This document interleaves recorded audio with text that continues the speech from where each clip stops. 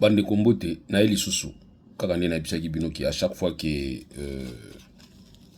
que actualité kozala sujet kozala important na koya pona ba ko placer mo na ba ko loba onga na kanisi na pesi bino mbote na ba woni so bazili ba kwa kolandelanga lelo na lingina lo balika mo zo le kalelo na niveau ya Kinshasa, plus particulièrement ezali dossier oyo ya ndeko na biso le professeur Venabiso Pasteur Babouka Yendako. Je suis désolé, franchement, nakomona ka Yendako Ibukani. Vego Dempo il a présenté au Baregre Nanga, il y a aussi l'encouragement Nanga. Moi je pense qu'il y a un problème autre au Bengango problème, il y a insécurité juridique dans Congo Mobimba. Ezaka et pas na yote parce qu'il y a beaucoup de gens va sombra ba mona bango ba papa batika bango wana ba koko batika bango wana melelo ba moni ba mapango na bango pe Ibukani. Donc pour dire que Ezaka moko et ça la rabiso pasi bandakala. Les biso dans la différence moko. Total la pasi ya baninga ndi to lingela bangote. Biso total la pasi ya baninga na ndingi pasi za. Donc aujourd'hui, ce qui mutu ya opposition azali ko souffrir pour makambo oni te babuki lupangu na zawana na ko apporter soutien na mal. Ce qui mutu pe ya pouvoir azawana bien que mutu a pouvoir me babuki lupangu na ko apporter pe oyanga soutien. Na se prene lo mo lubaki olubike bato balandele nga bandakala. Poni babuka yenga yango bandakala te, babuki nga yango lelo. Ça aussi c'est une question que moi je peux me poser. J'aurais vraiment préféré pour en servir exemple que Godempoy président ya assemblée provinciale en fonction baki buka ndako naye. Et ko pesa matuma kanza baki. Oh attention, tala d'ailleurs Godempoy président en exercice, président en fonction. Mais babuki ndako naye. Engo pesa bato bayebi tembe na tembe ezalaki période tout na Kinshasa tout na ba dossier belé na tembe biso nyonso dossier client consulté yo dossier na ya somba na tembe ba document ezali ala kisio mais bazo buka tembe na tembe. J'avais un client qui est venu me consulter, je lui ai dit que ndeko nanga tika, je lui avais dit tika c'est pas la peine et go bukana parce que bato musu bazala ka so consulter avocat ebisi kenzela o eza bien te ya habité ba avocat musu baza na bikeno luka avocat mususu menga na préféré na ebisa yo vérité que chance ezate parce que ndena landi dossier tembe na tembe oyo ekobukana aboy ko ndimanga bité avocat moko ebisa nga kena pese mbongo bikeno pesa bango mbongo parce que y a aussi des avocats ou to benga ba avocat féticheur ako transformer pe makambo changer keno pese mbongo na zala nga avocat féticheur te na zaka avocat conseil na pese conseil que obebisa mbongo te po so bebisi mbongo na tembe. Pourquoi tant babuki kaka babuki bango nyonso tembe na tembe babuki, il est revenu chez moi pour me dire que poani no ibisa inga kinatika na ibisa ki otika parce que tant on a vérifié ki dossier wana babuka ki so ndako ya mama Sifa wana période na Kabila pa président Mboka babuki ndako ya mama Sifa.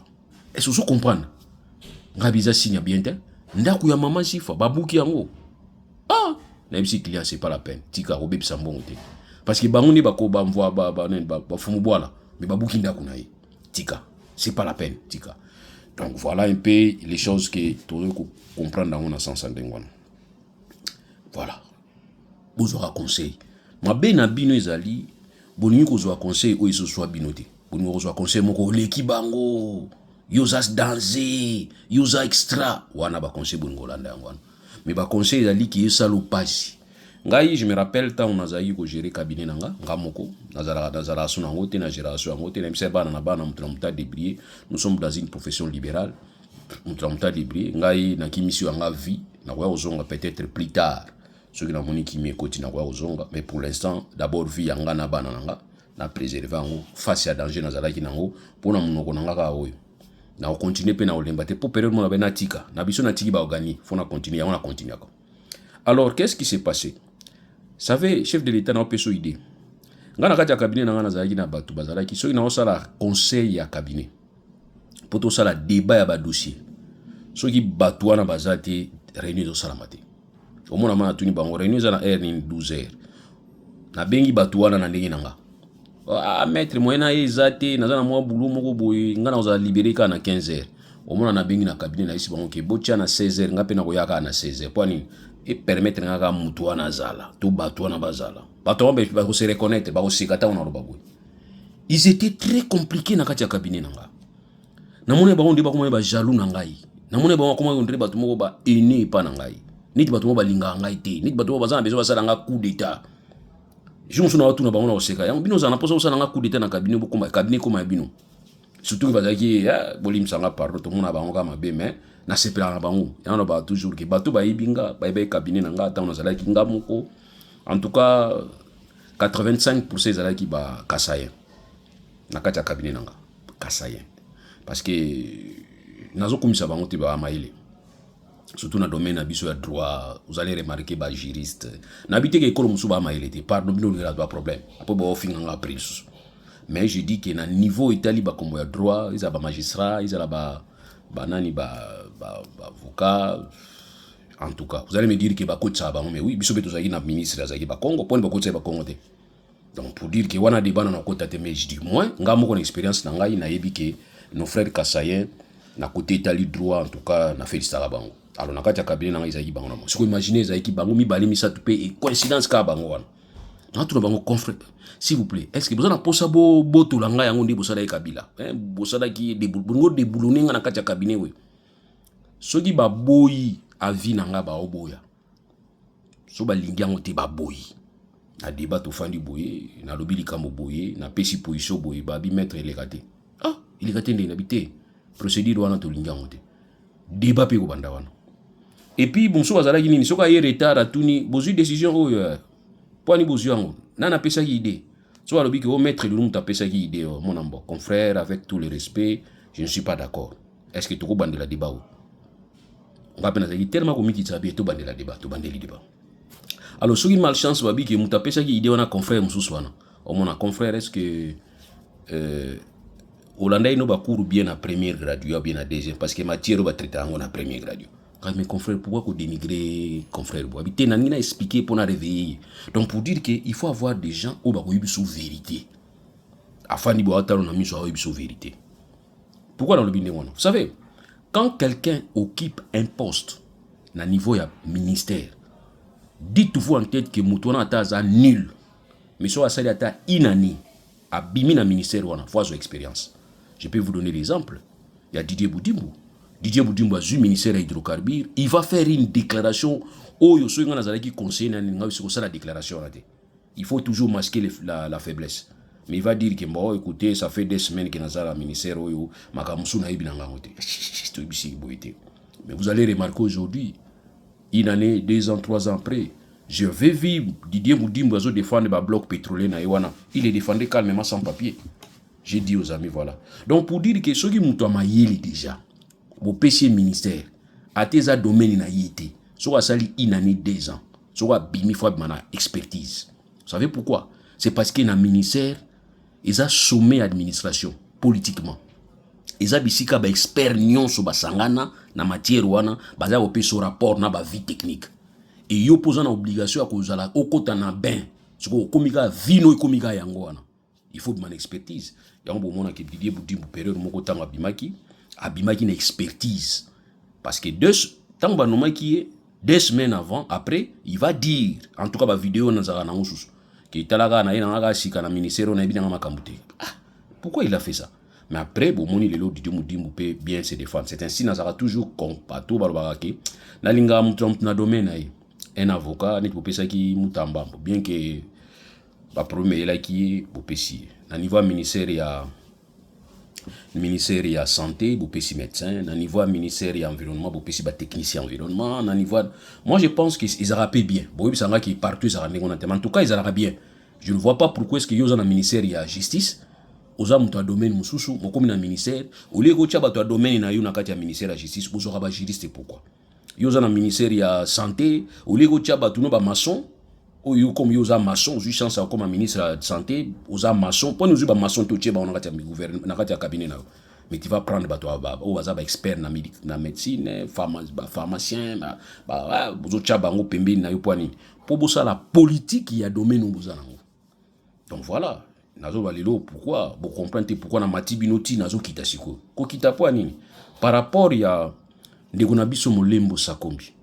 Molendo Sakombi ozalaki ministre ya affaires foncières.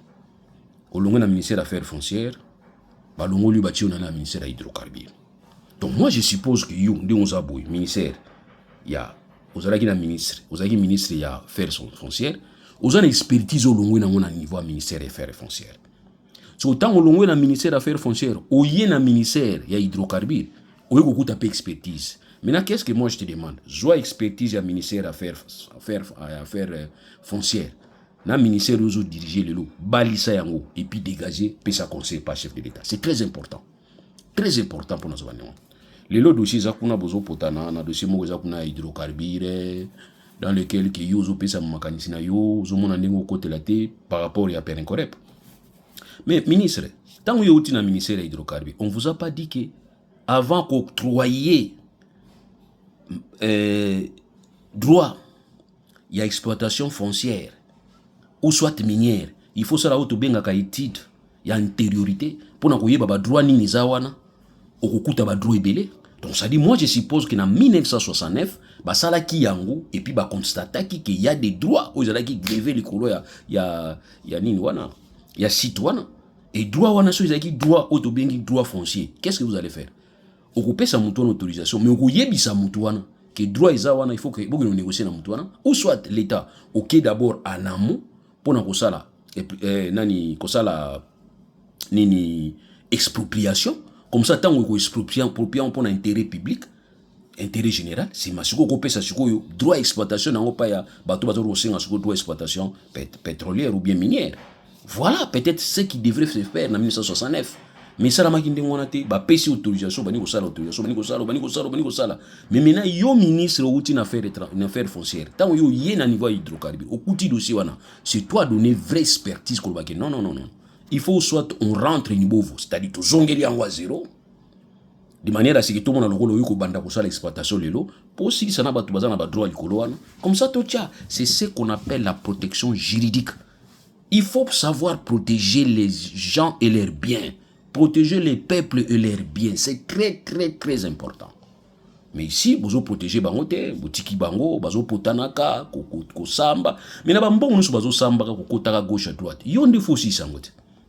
Oui, nga mna signaki, nga mna pesa ki autorisation et exploitation. En 1969, oui, je reconnais. Mais en tout cas, tout ça là qui étude il y a étude to benga ngo antériorité te ya droit pour to yeba nana zala ki ona liboso et au-delà ba to zala ki ona liboso na droit foncier ba zala pe ba droit ba droit jouissance sort na bango zani na sort na bango tindiki bango ke boyo kana bango pesa ka bino ba loso ba mandesu c'est pas normal. Or il fallait qu'on déplacer population wana qu'on déplacer bango ko la bango côté mususu ou bien qu'on faire vivre bango ensemble na exploiter parce que ba population ba to benga population riveraine faut ba la protéger. Aujourd'hui vous allez vous rendre compte que ba protéger te droit et environnement est violé, il y a eu la pollution, l'État congolais, vous allez permettre à cette société à ça la pemenia banda ku torchage. Milinga nini moto ne bimarasima banda ku wana, eza moto eza ko éclairer ba tout eza danger parce qu'ils ali gaz, ils ont tumbama, ils ont matalikolo, ils ont panza na bat bazo respirango. Et ce système de torchage monde entier tout ça la recherche automoni ba yisibiso ke ba sala rango exceptionnellement sur autorisation. Or, na RDC, na niveau monde, ils ont exceptionnel, ils ont principe, c'est-à-dire l'exploitation pétrolière na niveau abélé, ça la système de torchage. Tilelo, aussi longtemps, qu'ils ont temporaire. Donc, dans le cadre de l'exploitation pétrolière, ça la mais rare. Et puis, ils ont souvent avec autorisation et puis avec encadrement de l'autorité. Mais dans le monde, fort malheureusement, il y a un monde qui est mingi. Puis, il y a un monde qui est un moto moko epelaka mbule zobeta nyonso moto na banda to yebango ti tokuta moto na epelaka donc ya babenga ngo système ya torchage système wana ezali prohibé ba pekisa yango so boni ko utiliser yango ezali exceptionnellement et puis ça temporaire mais na monde comment intemporaire comment libela tout ça bino ba ministre bozolia ba mbongo bozana bino à l'aise. Alors likamni na oloba lelo na ba na cadre ya protection juridique. Dans le cadre de la protection juridique et yali koloba protection à peuple par rapport à Mibeko. Lelo nazana isingo makasi bana ya mwanda parce que na solami ni solona bana mwanda par rapport ya dossier mwanda na ko ramina ngo pe na dossier ya ndeko na biso Godempoi pona ko lakisa bino ke qu'est-ce qui se passe et qu'est-ce qui est important. Ngai makambo ya mwanda na nino bana ko pema ko lobelango pona bana ko lobela makambo ya mondo. Ya mondo. Na tiki mwanda te me na lo makambo ya mondo ezota la pe mwanda. Mais na za ko na muta mwanda. Na yiso na zana côté ba débattre na cadre que débat na biso à famille parce que nous avons un conflit ouvert entre biso famille nanga na conservateur à titre immobilier comme individu. Or munga na yebi conservateur à titre immobilier ayaga tourisme na mwanda te. Ayaga kulukanda kuna mwanda te mais musala nde tindaki. Ye muka loba ngona landa kizu musozo lo pa batuke nga musala nde tindanga. Musala ngo itinda izanini. Eza kozala conservateur. Abanda d'abord na niveau ya na kati administration et puis à commis conservateur. Donc c'est à dire tu n'es pas venu à Mwanda comme un touriste ou soit quelqu'un qui est venu chercher la maison, mais tu es venu à Mwanda par la mission où l'État confié. Mission en ezani bande konanga. Mission en et ali très important où le conservateur a joué. C'est ainsi vous allez remarquer à niveau ya RDC Mobimba, il y a plus de conflits fonciers à niveau de cours et tribunaux. Pourquoi? Parce que on ne fait pas fixation sur rôle où le conservateur a joué dans le niveau de la société. Mais le rôle du conservateur est très important dans la société pour éviter les conflits ou tout ça. C'est-à-dire pour réduire les conflits au niveau de la cour des tribunaux, il faut que le système il y a filtrage. Il y a tout acte posé par les conservateurs. Vous allez remarquer que le conflit est raté. Or, aucun conservateur ne peut établir un enregistrement il y a titre sans qu'il y ait autobenga vie urbanistique. C'est le débat qui est à monde actuellement. Débat Bozolanda. Nous avons un conservateur à titre immobilier dans le monde qui aime trop les médias. Or, on a bien un fuite d'avance. Quand tu parles seul, ni tinga na solo babouy. Na holo banga moko. Eza bien. Eza chaîne nanga. Na solo banga moko, chaîne nanga. Mais quand tu cherches ba chaîne mususu, oyi koloba makambo yozo kanisa ya solo. Pona batu nyonso, il faut linga contradicteur azala. C'est ainsi dans singa ba journaliste à monde bozala naître. Ba journaliste à monde na zo insister. Bozala ndé naître. Quand vous sentez quelqu'un venir dire des choses pona batu nyonso, boz lukape bozwa écho ya batu mususu. So boyoki ke mutu pas na écho moko contraire. Bo benga mutu wana na mutu wana ba mbali ba fanda liboso na. C'est ça le rôle de journaliste. Pour confronter vérité de manière à ce que batu bazala protéger na makambo ba oyoka. C'est très important. Bino bozwaka mutu moko afanika oh non parole na conservateur. Après si afai na yakei. Et batu musu bazwa ko pesa ba avis ba démenti bozwa ngona ne moko likolo. Non. Vous devez organiser un débat. Le débat doit être organisé entre les conservateurs à titre immobilier na Mwanda, na chef de service, il y a urbanisme et aménagement du territoire ya Mwanda. Ba fanda plateau moko. Bo autoriser bango ba fanda plateau moko. Mutu na mutu na décret na ye atia likolo a mesa. Bo discuter comme ça et permettre les bateaux à la fixer. L'État doit protéger les personnes et leurs biens. Mbongo ya mutu akosombe la terrain ou ya kongo samba présaté. Moi je ne peux pas accepter que mutu asomba terrain atiki la bana na héritage à ba problème. Non. Batu musu ba kufi na ba tension po asombi lupango boy aya boy lupango no na droit na hôtel mutu akufi bana batika yeso na matanga. Non. L'État doit protéger. C'est ainsi l'État check ba mécanisme na niveau ba service na yeto benga ba préposé à État. Les conservateurs doivent enregistrer les titres. Les titres qui seront enregistrés par les conservateurs, ce sont les titres notariés. Titres notariés dans les cadres de la vente, dans les cadres de la donation, dans les cas de la hypothèque, beau, amphithéotique. Il y a quoi enregistrer. Lui ne va pas aller chercher ça. Il est dans le bureau pour enregistrer. Voilà le rôle des conservateurs. Mais quand il enregistre, premier document où il y a besoin de mise sous poids là, ils ont vie urbanistique. Parce qu'on ne peut pas lotir quelque part, partager les parcelles, sans que l'urbanisme est le cas. C'est le problème où il y a un niveau qui chasse ça. Professeur Viego Dempoy, on le dit que le pan on a en 1960. Mais si aujourd'hui, le pouvoir, la puissance publique avait pris les décrets du 20 juin 1935, c'était avant. C'était bien à Bible, c'était avant 1960. Sobi que le pan on a titre dans les années établi 1960. C'était avant décret où ça qui déjà dans 35 décret le Bénin. Tout acte de cession ou d'enregistrement tiennent compte de règles urbanistiques. Donc, aucun acte ne peut être enregistré sauf que ça n'a avis urbanistique té.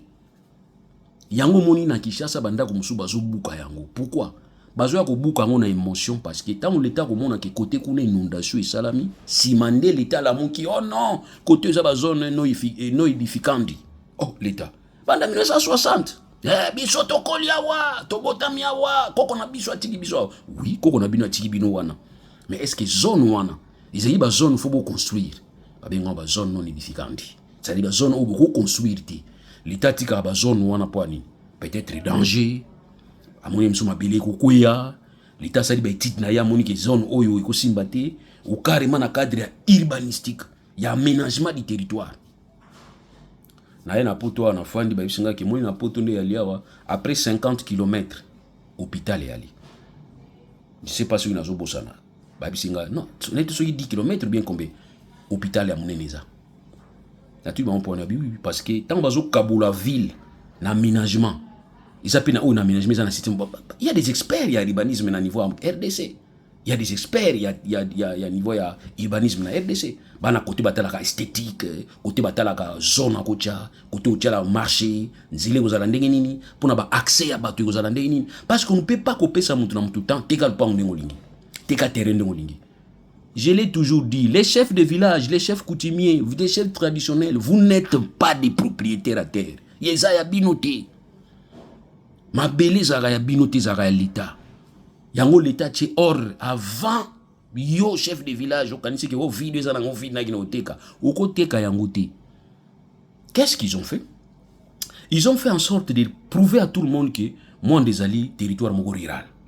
Parce que là-bas territoire rural acte demande urbanistique est raté. Mais nous savons que moins des territoire rural. Et ça urbano-rural. C'est-à-dire quand on dit urbano-rural, péri-urbaine, et ça rattaché à la ville. Si ils sont rattachés à la ville, nous avons une autorité là-bas. L'autorité, il y a un village, na sommet na mwanda wana. Ils allaient à l'administrateur du territoire. L'administrateur du territoire, na ninga koma kaso bien. To sola bien ngana yo. To kupiraka. Emso benga nga, emso ngana benga kayo. Ser ndeni ni bien. A ser décision zuana to makamezo le kabo ser zo mona ngote za kitoko te besoin te benda makelele ah oui maître ça va na kozo solution oui bika ser oui bi ba jom so benga nga maître makelele za wana na yoki pour intervenir maître moni comme expliquer nga bien ndo ça va calmer ça là na solo na yo. J'ai aussi vu votre réaction par rapport à la démarche Maurice Salamaki kuna parce qu'il y avait un monsieur qui avait acheté à quel niveau de service il y a conservateur abouyi or mutona les gars qui na avis urbanistique. Qu'est-ce qui se passe là-bas monde? Si on sali démarche côté avis urbanistique, ok na ba pièce on a niveau conservateur, à quoi enregistrer en côté à Roboya. Pour quelle raison? Or, dans le cadre de la responsabilité pénale, où il y a conservateur, refus injustifié à quoi enregistrer un acte, il faut engager responsabilité pénale. C'est parce que les gens ne savent pas qu'ils ont droit à bangote. Il y a un droit à il y a un peuple qui a péri pour la faute à connaissance. Oui, droit à binote. Tu viens avec un acte qui est officiellement boui à refuser qui n'est au fond de la juge. Benga juge a benga tout na motivation izani. Oh non, c'est-à-dire juge a websa yale qui n'est pas enregistré. Ce qu'on enregistre, allez, ok tu n'as pas pénal. Au tu n'as pénal, c'est fini, c'est la rébellion. Et voilà, et on a dit que koya na yendenga yaki kuna ayaki te na congé, ayaki te na tourisme kota la plage après c'est pe na mwanda non, ayaki na musala. Mais bosenga e pa na ye, toto senga e pa na ye, ami kocha na ba règle ya musala. Comme ça permettre azala épargner na batak mususu. Baton mususu oh balobeli boy. Non, moi je suis contre. Bolobela mutute ke waza boy. Non. Na ba ngo toujours, naza parmi batoto baake. Na longwa mwanda na kenda Kinshasa bayambanga bien. Ndi na kota na ki na koma pele kola kino. Afanda, kine yambanga. Abotama na Kinshasa te, nga za village na imsa bino naza mutu mboka. Abotama na Kinshasa te, mais kine yambanga. Mais kini soke yambinga to se comprendre na Kinshasa, c'est parce que nga pe na fandi bien na kine. Alors ezate ke olongwe côté kuna bouti oye ko fanda na ba côté abatu mususu bani ko tia batu na désordre, ba rappeler oh non bolingi batu te non. Mitala yomoko. Kennedy alobaki ke soko lingi oyeba États-Unis saleli yo nini mais faut yo tout na nini o ngana saleli États-Unis. C'est-à-dire il y a des choses il y a des comportements tu provoques les autres quand on t'attaque tu vas commencer à dire oh okay, c'est comment crier au voleur un voleur qui crie au voleur. Et on te dit que il faut ba règles ça établir. Donc les lots conflits au les cas ouvert. Madame l'administrateur territoire à Mwanda, Maman Aminata, je vous lance un message. Benga les desservis. J'ai vu la lettre que tu avais répondu pour dire que aux autres la mission où ta matadi baya. C'est vrai, mais vous avez un rôle dans les années. Vous avez représenté pouvoir décentralisé. Vous avez dit qu'on représentait pouvoir déconcentré. Tu es le représentant, tu es la représentante, il y a président de la République. Vous avez représentante, il y a gouvernement provincial. Donc il y a des choses pareilles. Quand les gens passent à la télévision, boutique à leader d'opinion balouba, boutique à peuple balouba. Mais quand un chef à service est rattaché pas na you, parce que le service nous est rattaché pas na you. Tant que vous la télévision, vous au nom du service, benga et tout naïke. Aux yeux autorisation na combo service et pas nan. C'est un élément. Voilà comment toujours tindi kabino na musala ba maman. Yo kati ba magistrat so bazana ba dossier na niveau parquet ba finga ba ngomi yibi. Bazana maluba ko lobate. Baluba kate poani. Musala na yepikisi. Musala na yi epikisi. Ba magistrat to finga ka butu moyi. Yo kasi bazana malobate. Moi je connais un magistrat qui n'a attaqué tellement trop, n'a fundi trop. Il peut ba bengi mingi ba tout ni ba demande d'explication, ajouter na ba sanction. Tu peux na benga na téléphone. Maître Loulou, oui. Est-ce que tu as écouté un PC code na ya, un PC initial na ya? Ah d'accord, tu as écouté. Bon. Naki écouté na ya. Abina biroté, place moko bana ba yebikin, bana kin, to fana na bana kin ngana. Tu écouté na bana kin ya, tu écouté na bana kin ya fani ka pena fandi.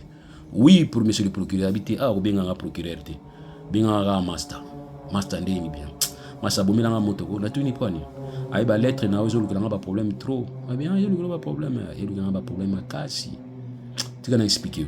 Abani ko expliquer nga sikoyo. A expliquer.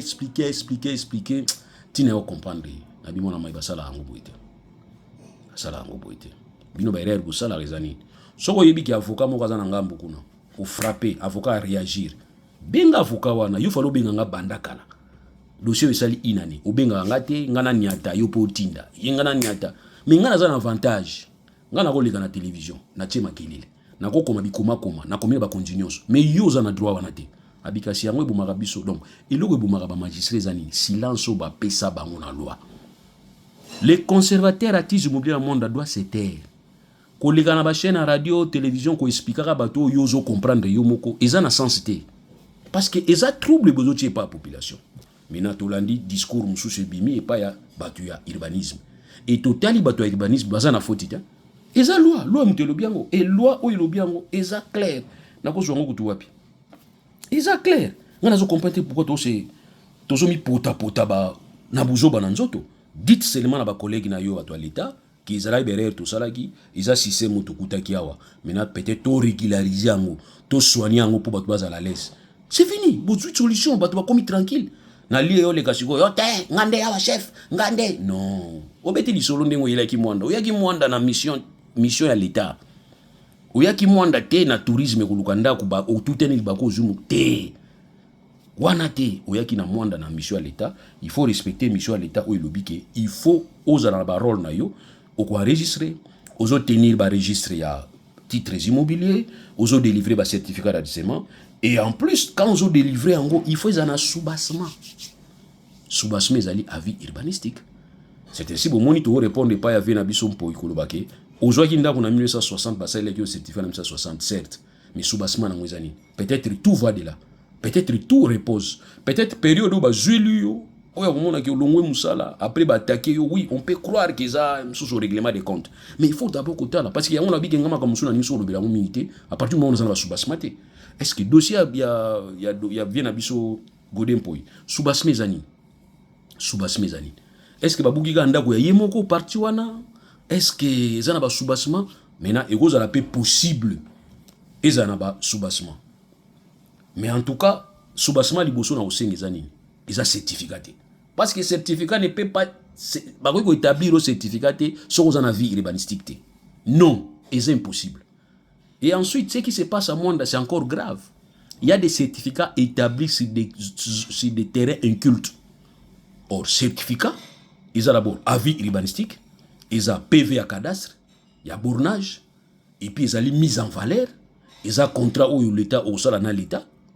Si vous avez contrat dans l'État, vous avez mise en valeur, ce sont des conditions. Si vous avez mise en valeur, vous avez enregistrement. Il y a biloko na yo wana. Ba enregistrer pe terrain na yo, ba pe sur certificat. Mais à Mwanda, il y a des terrains incultes. okuta zamba mais ça na certificat. Alors nyonso toloba te tant nous avons bango les gens croyaient qu'il y a pour un dossier na bango non pour un dossier na biso na baiki na oloba souté pour ni na oloba souté il y a des avocats où il y a dossier bazolandela nga na oloba souté et pour nani eza ke na koyi kozala su na katikati te na omanduko la juge parti ya omo na fanda na oloba souté mais oyo esengi nga na oloba lelo ezali réponse ya elengi ya malamu ya chef ya service ya urbanisme ya mwanda alobi to tuna epa ya conservateur ala ki sabiso ba soubassement oyo bango ba signaka parce que pona ko sala certificat d'enregistrement dans une zone urbaine il faut ezala arrêter ya lotissement après ça ba arrêter à lotissement ya ba document oyo nyonso ya délivré par batou ils vont vous dire que mwanda ezali zone rurale coutumière to répondre bango oui so eza zone coutumière eza ya l'état parce que loi elobi ma belé wana eza ya l'état. Et une fois, je vous ai dit dans ma solo nanga mususu, une fois, il m'a trouvé dans son bureau à Roselakaye. Et j'ai lui-même remis ma carte. N'a besoin carte nanga tôt ou tard, tu en auras besoin. Ici, je lui ai donné ma carte. Tu vas pas sur là qui a mon premier été. Je prends ma carte et tôt ou tard, tu en auras besoin. Vous en avez besoin nanga. La tiki les cartes nanga. Les premiers ans, conservateurs presque mingi à RD ces années. Pour créer dualité, il y a des textes. Yomoko sali titre. Na zone wana kaka yomo osala titre mususu na zone sur proposition parce ils a ko engager responsabilité pénale batu baye baraté quand vous sentez une surproposition na kati ba titre na yo yom to zwa ki bosu kini ofunda ye kono funda ete kini pas parquet boki ndaka so pas parquet te na loye ngamba magistrat tout à l'heure bazandingi moko magistrat moni hélicoptère na yako funda conservateur à titre mobile circonscription boy ba sepelaka abia wa obenga madame chama ya fufu déjà na koyamba lobby conservateur moko boy fufu te na somba fufu lobby le loté le na zala mbongo te mais lobby na koyamba conservateur po ba iba ila ka bango nyata imba moko na citation directe di beta imba mona citation directe so beti imba mona citation di yobo no samba do kuta na kuna to samba liboso juge c'est mieux mais yo okindaka na ba parquet au mona dossier bokende bozonga dans 10 ans bozonga dans 15 ans c'est que dans 15 ans aussi vous allez na vito ba msuwa kufi na bango ya monique bokindaka mbala moko na ba citation parce que ils sont très compliqués na ko créer ba problème c'est ainsi to lobby que protection juridique na RDC na wetali matière foncière Exacté pourquoi c'est parce que l'état tchaka sous accent na bateau oyo pesi mission ti. Au pesi mutu mission a commandé chef de village, a commandé chef groupement. Yem ta monter comme mabele. Comment ozo bisanga que na uti ko régler conflit moko boye, l'état pesa ki mutu moko boye autorisation précaire.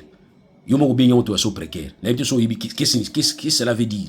Autorisation précaire au pesi mutu na ndenge on pesi mutu to ndenge l'état pesa ki na 83 a pesa ki autorisation précaire mutango afandi po sala bilanga sala su bilanga te mutango ko teka ndamu na ba ko teka ndamu bato village basiliki batomboki ba machete bimaki heureusement to si ça conflit ngo aussi si conflit on dit to kaboli en par 3 mutu na 83 to pesi un tiers villageois to pesi bango un tiers l'état ju un tiers na bisi kasi place yo bumi l'état ndé ngwana o ndenge ni ngapi obumi l'état nyonso wale za l'état mutu wana 83 ezalaki autorisation précaire et révocable à tout moment quand une destination a été donnée dans une zone et yo une destination changée ba peso sala bilanga osali wana après comme teka nango mais l'état retire autorisation à bingani puis c'est tout c'est fini pona ba villageois à la propriétaire terrien te na yoki na mwanda ba terme ba mwanda non mwanda yana baka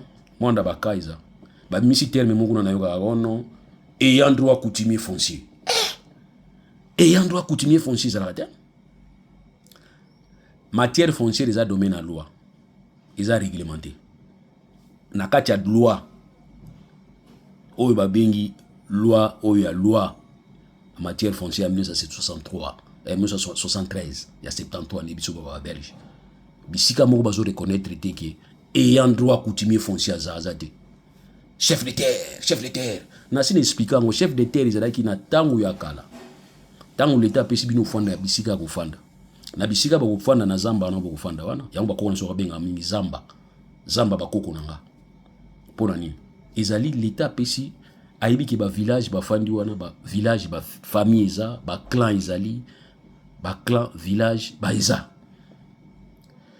alors comme ba clan et fandaka clan ezali ensemble ba famille na famille baza na mabele ba kosala il y a maintenant un capita mutu azo surveiller ke mutu na mutu yango na bakoko na biso akaloba te kokota na zamba wana te zamba wana eza ya biso te ata mutu aza tuna na ngambu te ata zamba wana mutu azomona na te koko na conscience na yebi na bakoko na yeke omoni nzete oyo ya manga oyo ezo séparer ngai na ndeko na bino bokotaka kuna te yango babenga bango ba capita bazaki ba chef de terre na sens wana mais chef de terre te po ateka terre parce que droit de disposer villageois aza nango te. Un villageois n'a que droit à jouissance. Même si tu as bataki bala bateki côté banani côté ni bateka côté mo na ba terrain pe na bima kuna na teka. Côté ba mpasa ba chef de village. Côté ba ntele kuna conflit zali conflit le ko existe te. Ngana za ministre de la justice. Ngana za procureur général pour la cassation. Isa conflit ko existe ndeni. Conflit ngo ibana ndeni. O conflit foncier ya ndenge nini. Boyono koko na biso abotaki na basi 4 tanga boti na basi 4 akufi siko mukonzi fallait pas mwana liboso mais mwana mibale abotoli siko mwana mibale tanga botoli abengani bandeko ne misato bana bandeko ne wana so bango batikalaki babani ko bonisa biso bango bazoteka biso bayoteka nakangi bino nyonso oui nakangi bino tout boza ba voler boyibinga leta nakangi bino nyonso donc na muta sombaki na bino ba chef so de quoi nakangi je vous arrête. Vous êtes des stélionnaires. Vous êtes mabélé nanga. Nga il est abouti qui vous avez le droit de nazo répéter ngo. Na répéter ngo réunion. On a été sona dessiné ngo. Un chef de groupement, un chef de village, un chef traditionnel, un chef coutumier. Oza na droit ya côté kamabélé ya l'état T. L'état mutu a lotisaka. Ko lotir. L'état mutu a pesa ba vie urbanistique. Tango aussi ça opesa ba vie asali zonage. Tango aussi ça la zonage ako prévoir hôpital et kozala wapi, stade kozala wapi, nini kozala wapi, à prévoir. Après avec quartier industriel, quartier résidentiel, à kozala wapi, à prévoir ango. So ka prévoir ango azu a na disposition mena ya population. Tango a na niveau population bien ngo lotissement. Siko mutu na mutu azokeni siko koluka siko contrat. Tango zo koluka contrat na yo, oké koluka contrat pour ça la demande de terre. Tant on sali demande de terre, orienter bino côté basali zonage côté basali lotissement. Tant on aussi la kuna mutuna mutazu contrat na ye akesiko ko futa mbongo na condition l'état ko pesa. So l'état pesi condition ko futa. Sikoyo premier ani bato l'état ko kuta na za place ba fanda ka wana. L'état ça la solution ko pesa bango. Na on pesa bino exemple moké na niveau ya cimetière o ba pesa ka so cimetière ya na sayo wana. Otama mapoto. Monsieur Laurent Désiré Kabila talaki banani bato ndeko na miso bateki umbu batekaki Kinshasa mobimba ba yekolela ya isa bani bozwa ndambo bopesa ndambo. C'est comme ça l'état yebi ninga sala rapona opesa ko solutionner ayebi. Mais aujourd'hui na niveau ya ba zone wana no sono tangela bino ce sont les conservateurs à titre immobilier bazoteka en connivence na ba villageois au mona ba acte mususu bango bazana ngoko ba sala ba certifié au mona ga j'ai sous-signé Albert j'ai sous-signé André. Tout n'a entré en année. Or, na cadre acte notarié, si je suis un notaire, na notarié document où ça, moutapé si non n'est complet, identité n'est complète. J'ai sous-signé André Afana Wapi. Alors, nga siko notaire pe na zuale na notariat. Nga i notaire. J'ai sous-signé André. André ngo subasme zani. Oh non, koko na bango sala bilanga aw. Yango nde subasma. Maintenant, voilà ba document o bimisi ba certificat. Alors, siko biso to lobate. Yango siko bokama. Na pesi bino exemple ya mpoi pona webisa bino ke mpoi vie godin mpoi alobi document na ye ba 1960 mais ba buki yango ndelelo na 2025 soyez calme boso mabisika boso na ninga désordre mais sikoyo bokwa ko lela ndé bana na bino ba ko lela bino na cimetière ke papa place utika biso moatro ba benga na biso lelo l'état faut ça la makasi aussi à ko protéger batou ndina lobi tout à l'heure il faut protéger le peuple et leurs biens pour battre la batou na bino kona bango de manière à ce que botinda batu na bisika oyo ko permettre. Moi je pense que na niveau ya Mwanda o itali ma niveau ya Mwanda, il faut que madame administrateur du territoire, il faut bien tous les deux services na yo, ofanisa bango, oyibisa bango ligne à suivre par rapport à Mibeko. J'ai vu comment est-ce que tu as répondu pour dire que ozozela. C'est-à-dire c'est une façon pour vous ya ko bendana, obendani na yo. Non, yo ndi mokonzi kuna. Fanisa bango que non situation oyo e comme na ba plainte trop. To linto régler situation oyo. En attendant réponse il y a un ministère na bino respectif. J'ai vu aussi la lettre, il y a ministre hydrocarbures, benga qui service, il y a ya urbanisme wana bakutana na ba service na eba sorola en entendant nyonso wana. Moi je pense que il faut to tikana no kokeno véhicule ka maluba moko mabe na ba radio ba télévision. Ce qui peuple a besoin responsabilité ngana ko pekisa peuple ko lobate mais bino ba service au bozali lié na l'état. Vous devez vous taire en entendant que tu vas avoir responsabilité, ba orientation que vous n'êtes pas konsi.